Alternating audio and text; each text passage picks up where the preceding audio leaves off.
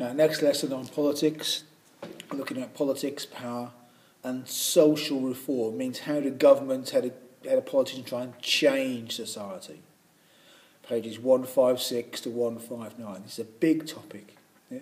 How do politicians try and change things once they're in power? Social reform means changing society for the better, or what they think is the better. We're going to study the change in society and culture that politicians try to make. To understand the motivations behind the changes. They don't do it for no reason. They don't do it just to be nasty or to be nice. They've got ideas in their heads. They think what they're doing is right. And we develop a political brain. Keywords are consensus. Everybody agrees it's a consensus. Welfare state, equality, revolution, unrest, inefficient, morally wrong, new labour, competition, private business, profit, underclass, tax credits, minimum wage. We'll talk about all these things as we go through the different stages. So the first bit, we'll talk about between 1945 and about 1979. So we have World War II, a time of massive crisis, 1939 to 45. In order to win that war, the people were promised a better world afterwards. And so, even before the war had ended, Winston Churchill and the Conservative Party had lost the election. And Labour won the election in 1945 by a massive majority.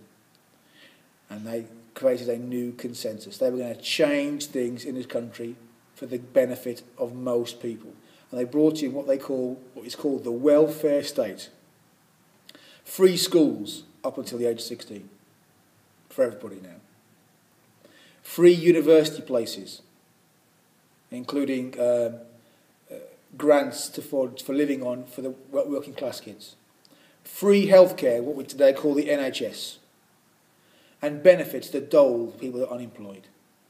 The idea is we will look after everybody from the cradle to the grave, from birth till death. To pay for all this, very high taxation, much higher taxation was brought in, particularly on the wealthy. Some very rich people paid up to 90% tax on some of their income. Yeah? And that was the consensus in this period. During this period, the Conservatives sometimes won elections, often won elections, but they couldn't really change it too much because most people agreed that this was a good thing. A consensus existed. So once these changes were made, people couldn't really change them back in this period. But towards the end of it, lots and lots of people started to criticise this, saying it was bad, especially the high taxation business. So to answer these questions, probably support this, everybody. And why did the consensus exist? Because it seemed to work and it benefited everybody. It seemed to be fair and equitable. So in 1979, who won the election? The Conservatives, under their leader, Margaret Thatcher.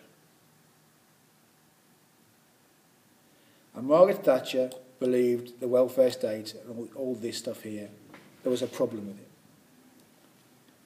It had made Britain weak. Margaret Thatcher was a believer in what we now call neoliberalism, free market capitalism.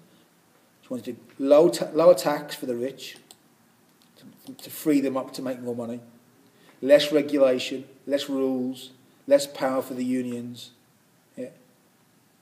And that's what they believed in. And so all this stuff started to be cut back. Yeah? Less money for schools, less money for universities, less money for healthcare, less money for benefits, and they got a tax cut.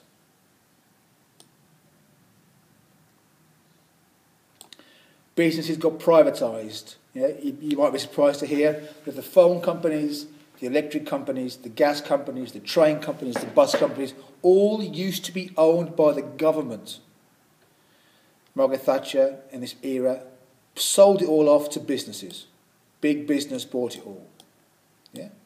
Part of her neoliberal ideas. And then in 1997 it changed again. Labour wins the election again, but they're called New Labour. Remember this chap? Tony Blair was the Prime Minister.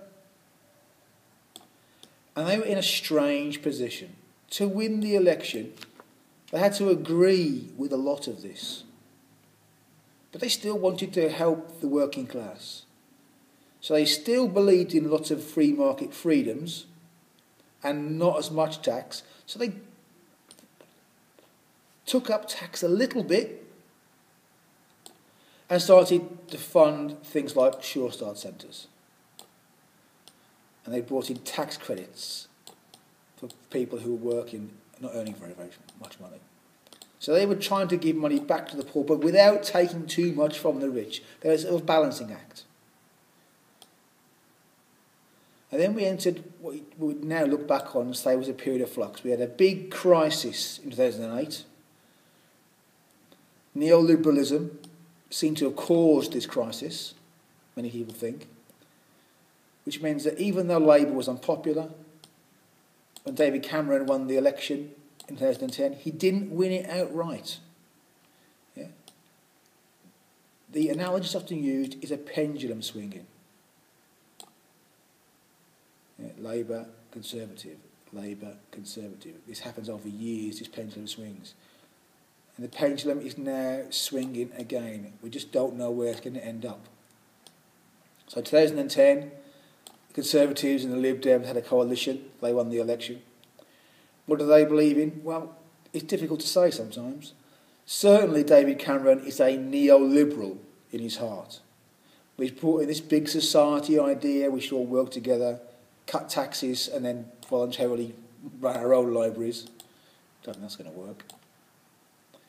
But what we don't know, the big thing is what's going to happen next. We don't know how the pendulum will finish, where it will swing to next.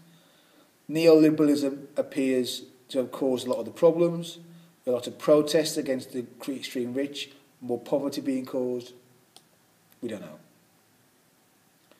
But here's the essay for us. Discuss how far sociologists would agree that social problems such as poverty and unemployment are most effectively addressed by the government. Is it the government's job to sort this out, or is it somebody else's job?